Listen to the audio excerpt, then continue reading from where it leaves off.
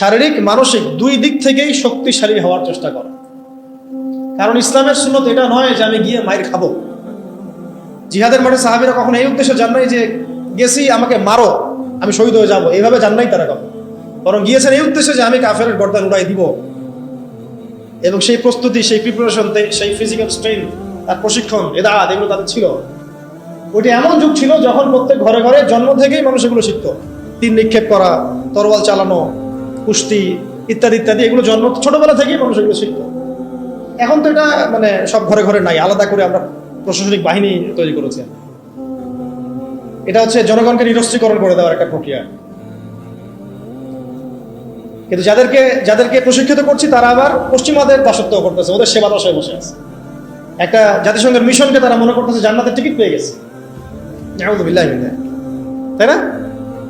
একটা মিশনের জন্য আপনি কোনো কোনো ক্ষেত্রে মুজাহিদ ভাইয়ের মুখে গুলি চালাই দিচ্ছেন। আল্লাহ পাক আপনাদেরকে বোঝার তৌফিক দান করেন। এটাকে এদাত বলে, শরীয়তের ভাষায় কি বলে? এদাত মানে হচ্ছে মানে শারীরিক মানসিক ভাবে শক্তিশালী হওয়ার চেষ্টা করা। অ্যাটলিস্ট আপনার ফিজিক্যাল এক্সারসাইজ গুলো করা, মার্শাল আর্টস শেখা, বা তারপরে সেলফ ডিফেন্স শেখা। এখন তো আর ওই পরিবেশ নাই যে সবাই ওইসব অস্ত্র চালানো শিখতে পারবে, এটা তো সবার ক্ষেত্রে প্রযোজ্য হচ্ছে না। কিন্তু অ্যাটলিস্ট মেন্টালি এবং ফিজিক্যালি স্ট্রং থাকার চেষ্টা করবে। কারণ এটা সুন্নত নয় যে আমি গিয়ে মাইর খেয়ে চলে আসবো। সাহাবীরা এই উদ্দেশ্যে জিহাদের মাঠে যান নাই, বরং গিয়েছেন কোন উদ্দেশ্যে? যে আমি মারবো, যদি আল্লাহ পাক আমার ওখানে শাহাদাত লিখে রাখেন তাহলে সেখানে আমরা শাহাদাত পাবো না। 313 জন নিয়ে যখন আমরা 1500 জনকে হারাচ্ছি, তার মানে কি বুঝতে পারতেছেন? তারা কি ফিজিক্যালি এবং সামরিক দিক থেকে দুর্বল ছিলেন? আলী রাদিয়াল্লাহু আনহু একাই তিনি 10-20 জনের জন্য যথেষ্ট ছিলেন। উমর ইবনে খাত্তাব একাই 10 জনের জন্য যথেষ্ট ছিলেন। হামজা রাদিয়াল্লাহু আনহু যেদিন শাহাদাত বরণ করেছেন উহুদের দিন, ওই দিনও তিনি এমন ভাবে যুদ্ধ করেছেন যে তাকে হত্যা করেছিল ওই দিন, তার নাম ওয়াহশী। নাম কি মনে আছে? ওয়াহশী। তাকে চুক্তি করা হয়েছিল যে যদি তুমি শুধু দূর থেকে তাকে বল্লম নিক্ষেপ করে হত্যা করবে, এতটুকুই তোমার কাজ, তোমাকে মুক্ত করে দেওয়া হবে। আমরা বলবো রাদিয়াল্লাহু আনহু, কারণ তিনি পরবর্তী ইসলাম কবুল করেছিলেন। এবং এই ওয়াহশী রাদিয়াল্লাহু আনহুর হাতে আবার মুসাইলামা কাযযাব মারা গেছে। তারও অবদান এখানে, আল্লাহ পাক তাকে জীবনটা ঘুরাই দিয়েছে। আল্লাহ পাক তাকদীরের মালিক, দেখেন কিভাবে আল্লাহ পাক জীবন ঘুরায়। বলতে চাচ্ছি যে যেদিন হামজা রাদিয়াল্লাহু আনহুকে এইভাবে শাহাদাত বরণ করতে হয়েছে, শহীদ করা হয়েছে, ওই দিন ওয়াহশী নিজের মুখেই বলেছিল, সিরাতের মধ্যে আছে যে আমি অনেকবার চেষ্টা করছিলাম যে কোন দিক থেকে তাকে আক্রমণ করা যায়, কিন্তু তার সামনে যাওয়ার সাহস আমার হচ্ছিল না, কারণ সে সাদা জামা পরে উড়ন্ত বাজ পাখির মতো যুদ্ধ করতেছিল, সামনেই কেউ যাইতে পারতেছিল না। হামজা রাদিয়াল্লাহু আনহু এত বড় বীর ছিলেন। পরবর্তীতে তিনি বলেন যে আমি পাথরের আড়ালে লুকিয়েছিলাম, পিছন দিক থেকে আমি তাকে দূর থেকে বর্ষা নিক্ষেপ করেছিলাম, যেটা তার নাভির নিচ দিয়ে এদিক দিয়ে বের হয়ে গেছিল।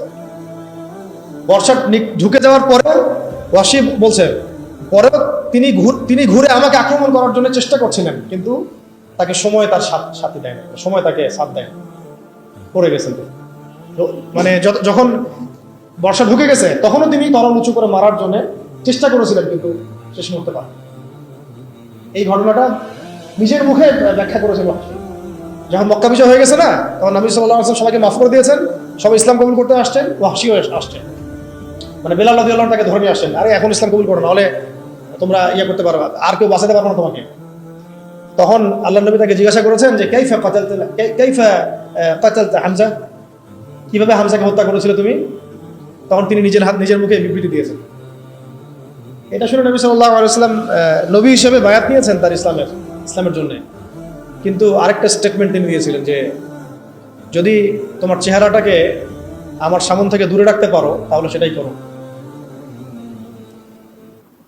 এই কথাগুলো, এই ধরনের কোনো স্টেটমেন্ট যদি আমরা দিই অনলাইনে, মানুষ বলবে অহংকার প্রদর্শন করছে। এগুলো গায়রাত, এগুলো ব্যক্তিত্ব। ইসলামের বীর সেনা হামজাকে তুমি হত্যা করেছো, সে আমার চাচা ছিল, খুব মানে মহব্বতের চাচা, দুধ ভাই।